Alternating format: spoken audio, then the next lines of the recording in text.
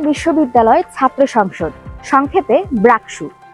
৫ আগস্টে দ্বিতীয় স্বাধীনতার পর বিশ্ববিদ্যালয়ের শিক্ষার্থীদের অন্যতম দাবির একটি ছিল ছাত্র সংসদ আইনটি বিশ্ববিদ্যালয়ের আইনে যুক্ত করা।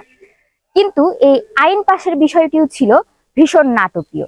নানান আন্দোলন সংগ্রামের পর গত ১৭ আগস্ট টানা ৫৯ ঘন্টার অনশনের পর ইউজিসি আশ্বাস দেয় বিশ্ববিদ্যালয়ের আইনে ছাত্র সংসদ বিষয়টি যুক্ত করার।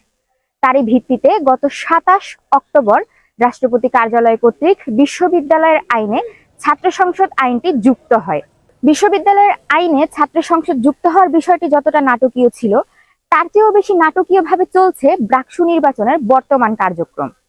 পরপর ২ বার প্রধান নির্বাচন কমিশনারের পদত্যাগ, ২ বার তফসিল সংশোধন, ভোটার তালিকায় অসংখ্য ভুল, গঠনতন্ত্রে ভুল, একবার ব্রাকসু স্থগিত হয়ে যাওয়া, এমন নানান ধরনের নাটকীয়তার মধ্য দিয়ে চলছে বেগম রোকেয়া বিশ্ববিদ্যালয় ছাত্র সংসদ নির্বাচনের কার্যক্রম।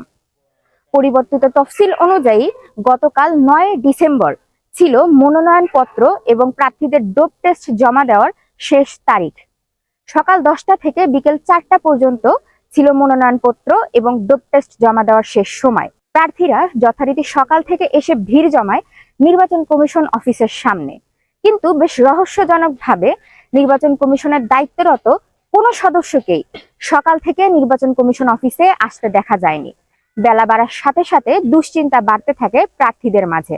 এখানে জানিয়ে রাখি, কেন্দ্রীয় সংসদে মোট মনোনয়নপত্র তুলেছে ৭৪ জন। ছেলেদের ২টি হলের মধ্যে একটি হলে ৩০ জন এবং একটি হলে ৩৪ জন মনোনয়নপত্র তুলেছেন, এবং মেয়েদের হল শহীদ ফেলানী হল থেকে ২০ জন নির্বাচনী মনোনয়নপত্র তুলেছেন। প্রার্থীরা যথারীতি মনোনয়নপত্র হাতে বিকেল ৪টার পরে ভিড় করতে থাকে নির্বাচন কমিশন অফিসের সামনে, কিন্তু সন্ধ্যা হয়ে গেলেও কোনো নির্বাচন কমিশন সদস্যের সাথে মুঠোফোনে যোগাযোগ করা সম্ভব হয়নি। গণমাধ্যম কর্মীরা এবং শিক্ষার্থীরা বারবার ফোন দিলেও তাদের ফোন বন্ধ পাওয়া যায়। মাননীয় উপাচার্যকে এ ব্যাপারে জিজ্ঞাসাবাদ করলে তিনি জানান, নির্বাচন কমিশনের কোনো কার্যক্রমের সাথেই তার কোনো সংশ্লিষ্টতা নেই। নির্বাচন কমিশন কেন আসেনি অথবা তারা কি ভাবছে এ বিষয়ে তিনি কিছু জানেন না। শিক্ষার্থীদের সাথে কথা বললে তারা জানায়, এটিকে তারা প্রশাসনের একটি প্রহসন হিসেবে ধরছে। এটি ব্রাকসুকে পিছিয়ে দেওয়ার অথবা বানচাল করার প্রশাসনের একটি হীন চাল বলে তারা মনে করছে। এই ছিল ব্রাকসুর সর্বশেষ আপডেট।